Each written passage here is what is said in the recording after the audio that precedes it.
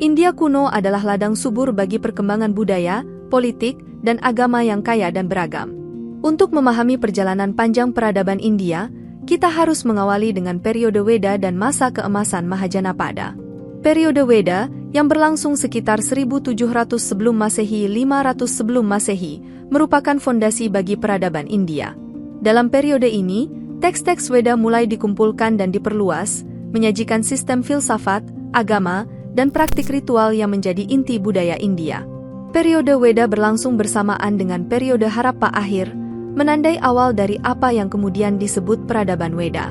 Seiring dengan perkembangan periode Weda, India juga menyaksikan pembentukan negara-negara awal yang dikenal sebagai Mahajanapada. 16 kerajaan besar tersebar di seluruh wilayah India Utara, menciptakan kerangka politik yang kompleks dan beragam.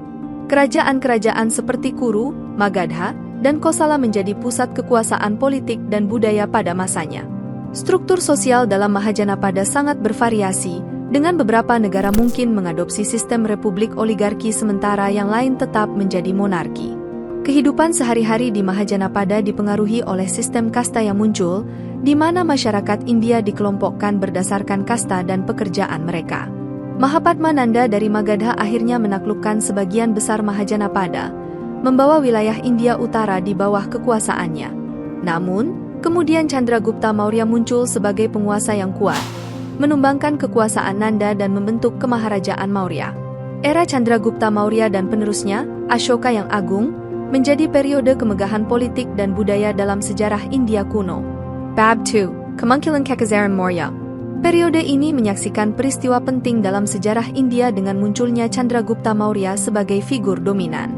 Dilahirkan dari lapisan masyarakat yang rendah, Chandragupta menaklukkan berbagai wilayah India Utara dengan kecerdasan dan strategi militer yang cemerlang. Salah satu langkah penting dalam perjalanan Chandragupta adalah penaklukan terhadap Magadha, yang pada saat itu dikuasai oleh Mahapadmananda. Dengan keberanian dan visinya, Chandragupta berhasil menumbangkan kekuasaan Nanda dan membentuk Kemaharajaan Maurya yang luas, yang membentang dari Teluk Benggala hingga Laut Arab. Pada masa pemerintahan Chandragupta Maurya, Kemaharajaan mencapai puncaknya di bawah pemerintahan penerusnya, Ashoka yang Agung. Ashoka dikenal sebagai salah satu penguasa terhebat dalam sejarah India, dan kebijaksanaannya dalam memerintah dan mempromosikan perdamaian dan toleransi agama membuatnya menjadi figur yang sangat dihormati. Pemerintahan Maurya tidak hanya dikenal karena ekspansinya yang besar, tetapi juga karena kontribusinya terhadap pembangunan infrastruktur, perbaikan sistem administrasi, dan peningkatan kesejahteraan rakyat. Sistem angkutan dan jalan raya yang dibangun oleh Maurya memfasilitasi perdagangan dan komunikasi di seluruh kemaharajaan, sementara pemerintahan yang efisien memastikan stabilitas politik dan sosial. Selama masa Maurya, India juga menyaksikan perubahan budaya dan agama yang signifikan. Ashoka, yang awalnya dikenal sebagai penguasa yang berperang, kemudian berpaling dari kekerasan dan menganut agama Buddha, mempromosikan ajaran-ajaran moral dan perdamaian melalui pahatan-pahatan batu yang terkenal sebagai pilar Ashoka. Bab 3. Era Klasik, Dinasti Gupta dan Kebangkitan Seni dan Sains. Setelah berakhirnya masa pemerintahan Maurya, India memasuki era baru dengan munculnya dinasti Gupta sekitar abad keempat sebelum Masehi. Dinasti Gupta dikenal sebagai zaman keemasan India, di mana perdamaian dan kemakmuran melanda anak benua India. Di bawah pemerintahan Gupta, terjadi kemajuan signifikan dalam berbagai bidang, termasuk sains, seni, dan sastra. Salah satu kontribusi terbesar dinasti Gupta adalah dalam bidang sains dan teknologi. Di era Gupta, sistem bilangan desimal dan konsep angka nol ditemukan, memberikan fondasi bagi pengembangan matematika modern. Para ahli astronomi Gupta juga membuat kemajuan dalam pemetaan bintang dan penentuan waktu dengan presisi yang lebih tinggi. Seni dan kesenian juga mencapai puncaknya pada masa dinasti Gupta. Arsitektur candi dan kuil Hindu seperti kuil Vishnu dan kuil Shiva dianggap sebagai karya seni yang paling megah pada masanya. Selain itu, seni relief dan pahatan patung juga berkembang pesat, menciptakan karya seni yang indah dan berpengaruh. Era Gupta juga menjadi periode keemasan dalam sastra Sanskerta klasik. Karya-karya epik seperti Ramayana dan Mahabharata disusun ulang dan dikembangkan lebih lanjut.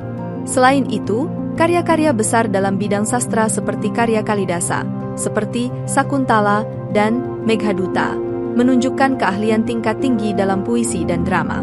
Dinasti Gupta tidak hanya mempengaruhi perkembangan India, tetapi juga memiliki dampak yang luas di seluruh Asia Selatan. Melalui hubungan perdagangan dan budaya, pengaruh Gupta dapat dirasakan hingga ke negara-negara tetangga seperti Sri Lanka, Nepal, dan Bangladesh.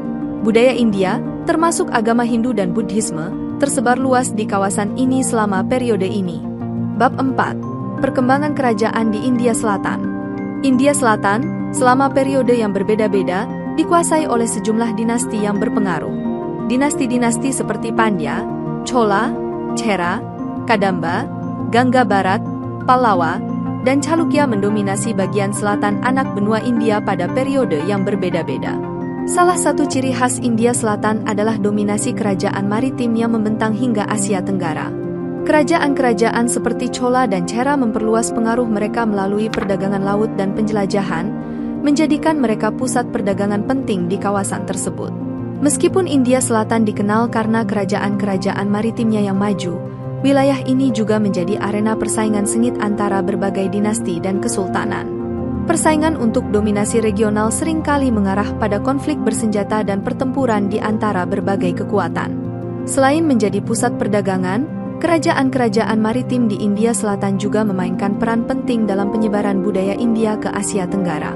Hubungan dagang yang erat dengan negara-negara tetangga seperti Sri Lanka, Myanmar, dan Indonesia menyebarkan agama Hindu dan Buddhisme serta kebudayaan India secara luas di kawasan ini. Selain kerajaan-kerajaan maritim, India Selatan juga melihat pembentukan kesultanan dan kekuatan regional lainnya. Kesultanan Deccan, yang terdiri dari berbagai entitas politik yang saling bersaing, menjadi dominan di wilayah selatan India, memainkan peran penting dalam sejarah politik dan budaya di India Selatan. Bab 5. Budaya campuran di India Barat Daya.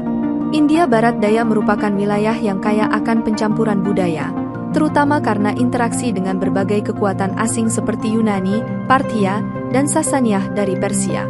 Akibatnya, wilayah ini menjadi tempat lahirnya budaya campuran yang unik dan beragam. Salah satu kekuatan asing yang memengaruhi India Barat Daya adalah kerajaan Indo-Yunani yang didirikan oleh Raja Demetrius. Demetrius menginvasi wilayah India pada sekitar 180 sebelum Masehi dan memperluas wilayah kekuasaannya ke Afghanistan dan Pakistan modern, membawa pengaruh budaya Yunani ke wilayah tersebut. Kedatangan orang-orang Saka dari Siberia Selatan, yang dikenal sebagai Indo-Scythia, juga memberikan kontribusi signifikan terhadap pencampuran budaya di India Barat Daya.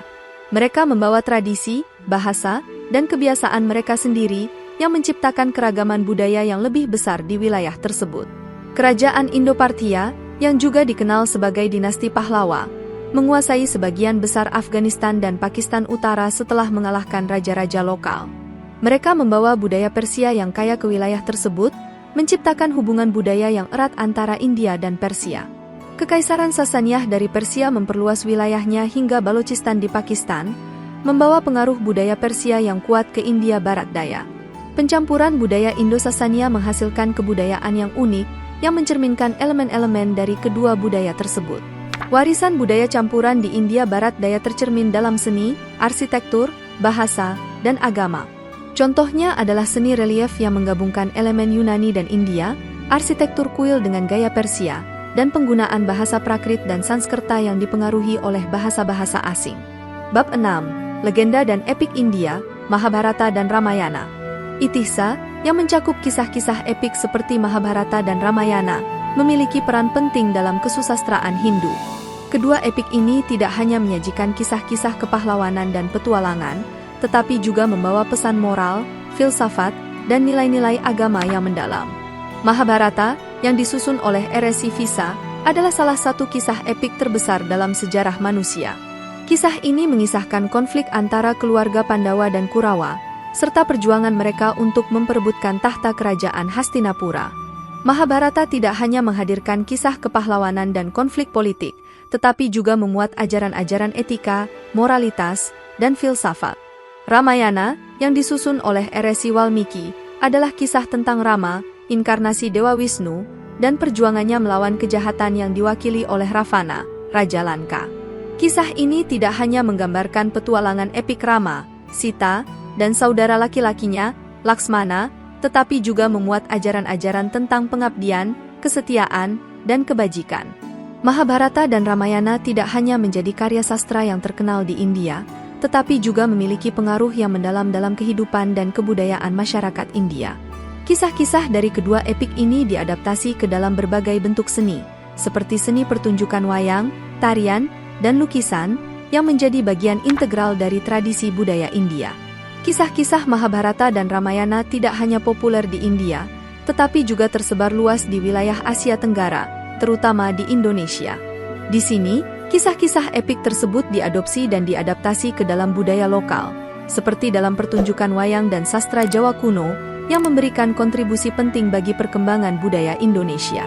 Para eresi dan pujangga India masa lampau, seperti eresi Walmiki dan eresi Visa, memainkan peran penting dalam menyusun dan menyebarkan kisah-kisah epik India.